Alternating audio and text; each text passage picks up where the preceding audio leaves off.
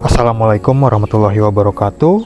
Jumpa lagi di channel Ayo Berkebun, channel yang membahas seputar dunia perkebunan.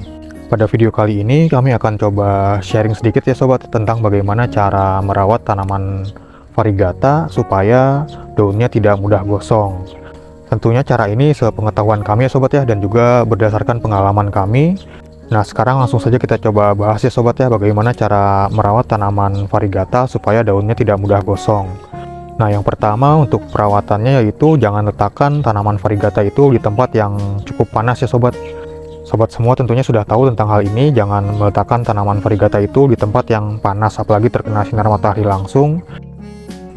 Jadi sobat bisa meletakkan tanaman variegata itu di bawah naungan paranet ya sobat ya.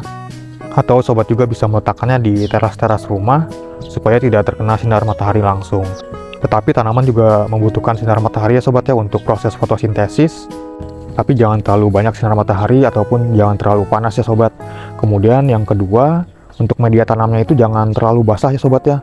Jadi media tanam yang basah juga bisa menyebabkan si daun tanaman variegata itu menjadi gosong nantinya. Kemudian yang ketiga, untuk tanaman variegata itu sobat jangan terlalu sering memegangnya sobat ya.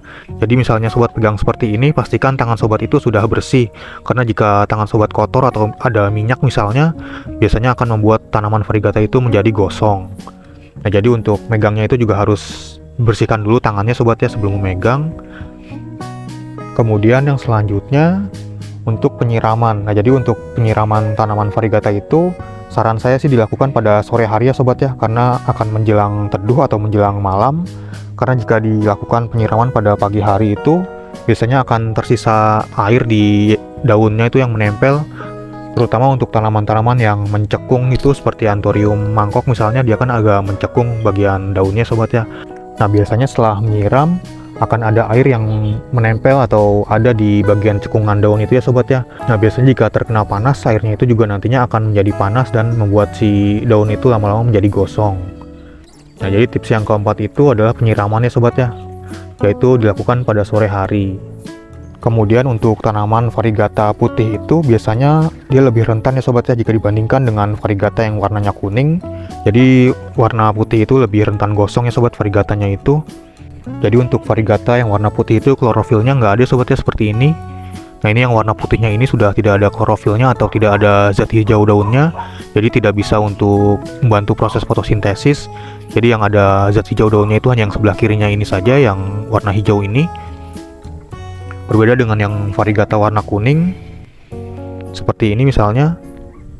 Ini variegatanya kuning ya sobat ya. Jadi di variegata yang warna kuning ini masih ada klorofilnya atau zat hijau daunnya sedikit-sedikit. Nah, kemudian jika sobat menemui tanaman variegata yang warna putih yang ngeblok seperti ini, putih semua, atau orang-orang bisa menyebutnya itu albo atau albino ya sobat. Nah, ini sama sekali tidak ada zat hijau daunnya, jadi tidak bisa untuk fotosintesis. Dan ini biasanya nantinya pasti akan gosong ya sobat ya, udah nggak bisa ditolong lagi seperti ini jika sudah putih semua seperti ini.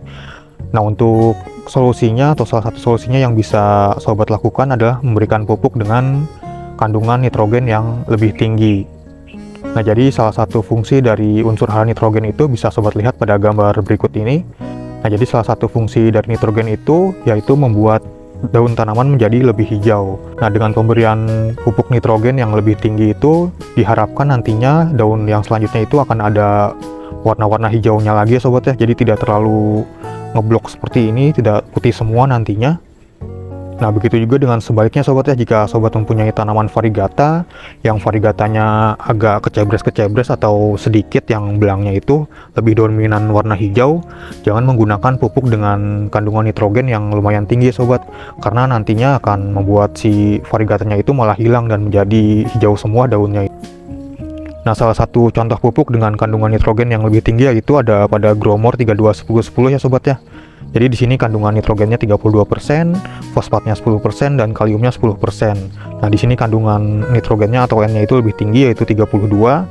Nah, jadi jika sobat mempunyai tanaman variegata yang variegatanya terlalu ngeblok atau terlalu banyak putihnya atau banyak kuningnya, mungkin bisa menggunakan pupuk dengan kandungan nitrogen yang lebih tinggi. Dan jika sobat mempunyai tanaman variegata yang variegatanya agak-agak kecebres, sebaiknya jangan gunakan pupuk dengan kandungan nitrogen yang tinggi ya sobat ya. Mungkin sobat minimal itu menggunakan pupuk yang NPK-nya seimbang lah. Kalau di Gromor itu ada Gromor yang seimbang itu 20 20 20 ya sobat ya. Jadi kandungan NPK-nya ini seimbang 20 20 dan 20.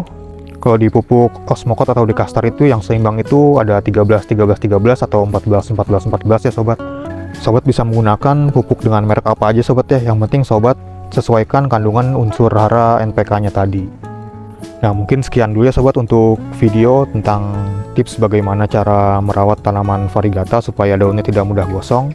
Mungkin di antara sobat ada yang ingin mengkoreksi atau ingin menambahkan, bisa langsung tulis di kolom komentar ya sobat ya.